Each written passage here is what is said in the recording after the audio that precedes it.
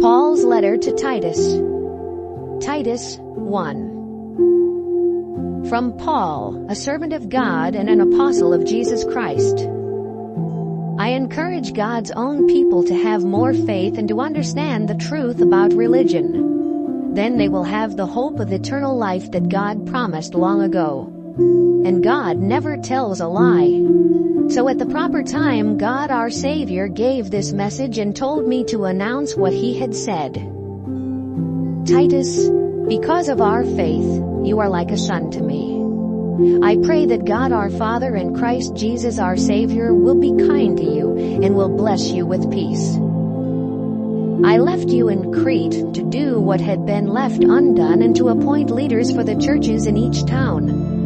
As I told you, they must have a good reputation and be married only once. Their children must be followers of the Lord and not have a reputation for being wild and disobedient.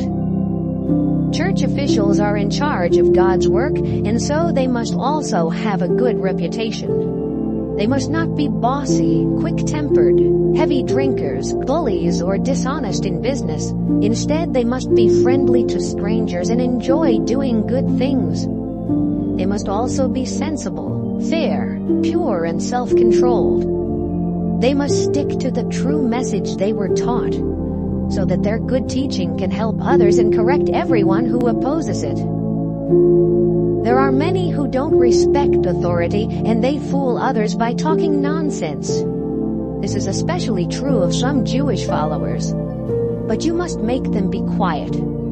They are after money, and they upset whole families by teaching what they should not. It is like one of their own prophets once said, "The people of Crete always tell lies. They are greedy and lazy like wild animals." That surely is a true saying, and you should be hard on such people, so you can help them grow stronger in their faith. Don't pay any attention to any of those senseless Jewish stories and human commands. These are made up by people who won't obey the truth. Everything is pure for someone whose heart is pure. But nothing is pure for an unbeliever with a dirty mind. That person's mind and conscience are destroyed. Such people claim to know God, but their actions prove that they really don't. They are disgusting. They won't obey God, and they are too worthless to do anything good. Titus 2. Titus, you must teach only what is correct. Tell the older men to have self-control and to be serious and sensible. Their faith, love, and patience must never fail. Tell the older women to behave as those who love the Lord should. They must not gossip about others or be slaves of wine. They must teach what is proper, so the younger women will be loving wives and mothers. Each of the younger women must be sensible and kind, as well as a good homemaker who puts her own husband first. Then no one can say insulting things about God's message. Tell the young men to have self-control in everything. Always set a good example for others. Be sincere and serious when you teach. Use clean language that no one can criticize. Do this, and your enemies will be too ashamed to say anything against you.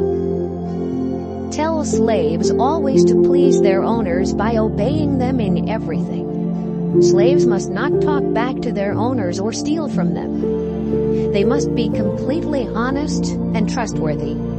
Then everyone will show great respect for what is taught about God our Savior. God has shown us how kind He is by coming to save all people.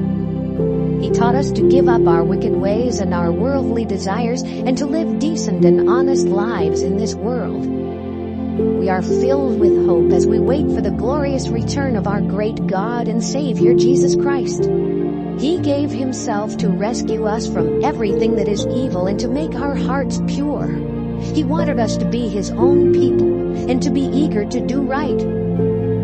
Teach these things as you use your full authority to encourage and correct people. Make sure you earn everyone's respect.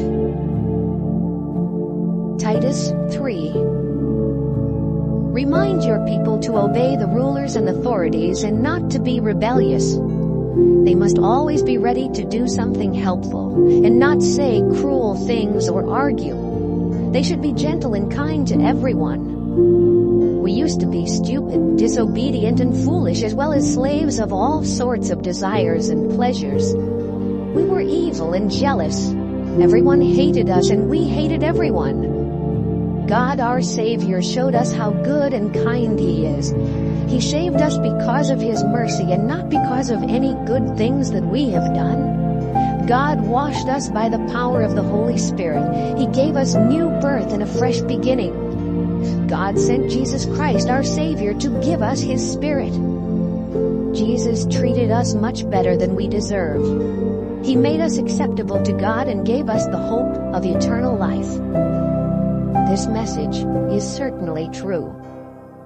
These teachings are useful and helpful for everyone. I want you to insist that the people follow them, so that all who have faith in God will be sure to do good deeds. But don't have anything to do with stupid arguments about ancestors, and stay away from disagreements and quarrels about the Jewish law.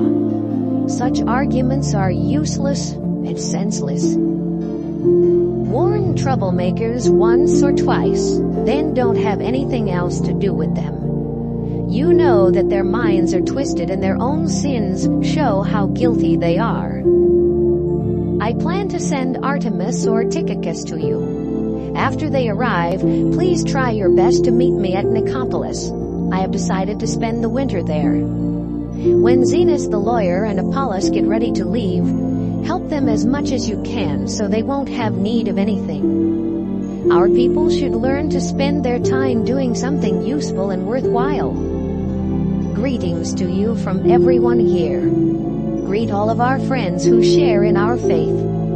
I pray that the Lord will be kind to all of you.